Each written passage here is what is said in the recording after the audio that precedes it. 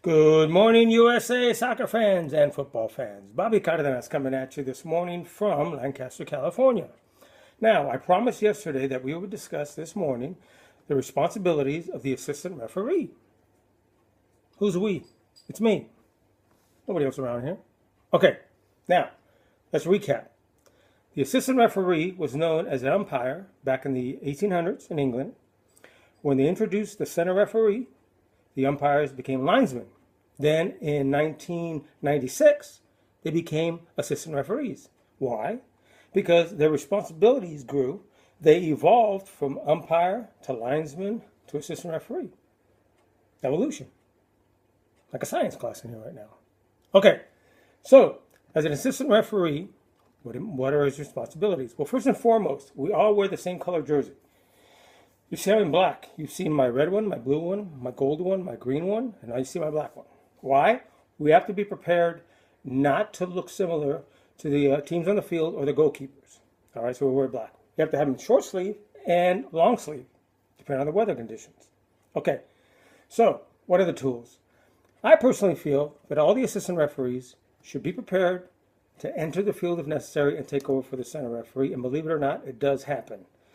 For an injury or a medical condition. The AR1, because you have AR1 and AR2, usually in club competition, the AR1 would have to step onto the field and take over. So he should already have everything he needs on him. The book that we use, the coin, the pens, cards, the spare whistle, the whistle, color coordinated, see? This one has a mouth guard.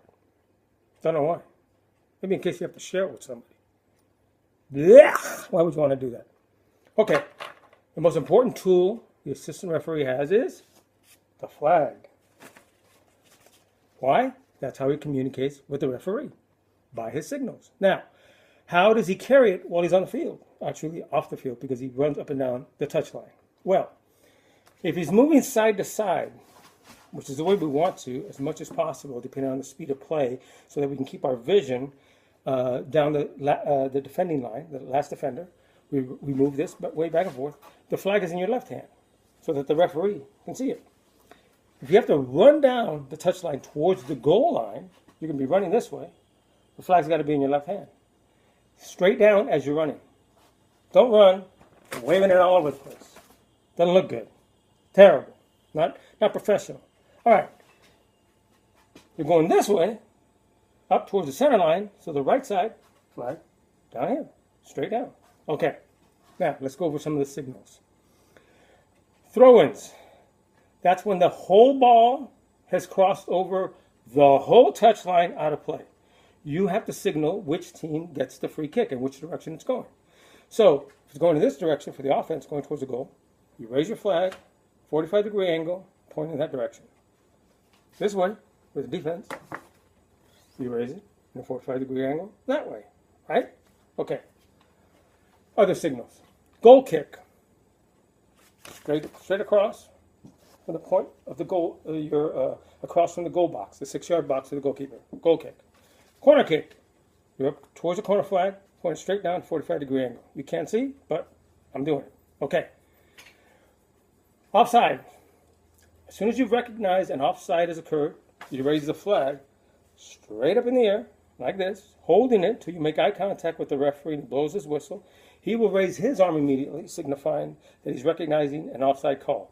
You keep it up, then you point to the spot on the pitch where the free kick takes place. So on the far side of the field, you point like this. Towards the middle of the pitch, you point like this. If it's closer to you than the middle of the pitch, you point straight down in front of you.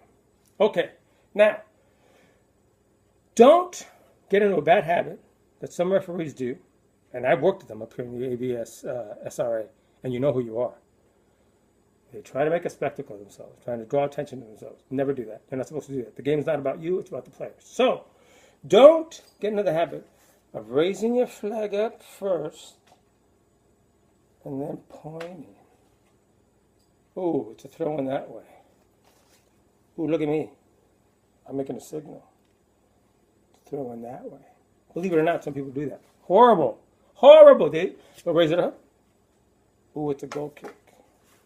Can't do that. You know why? There are some instances where you have to raise the flag straight up and then make another signal. When? Let's say a foul has occurred closer to you than the referee can see. He's out of position, he's far enough away, he's blocked, his vision is blocked. You assist him now, you're assistant referee, you're assisting him. So, if the foul is for the offensive team and has to go that direction, you raise the flag up and immediately point. If the direction is going that way, have the flag in your left hand, point. Up, then point. Always have the flag in the proper hand.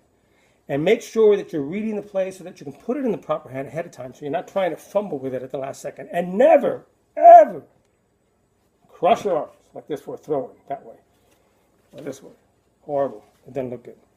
The other time you raise your hand is if at a corner kick, you're in line, you're looking down the goal line, the ball is actually crossed over the whole goal line, right? And come back across, swept back across under the pitch. You have to signal to the referee that it should be a goal kick.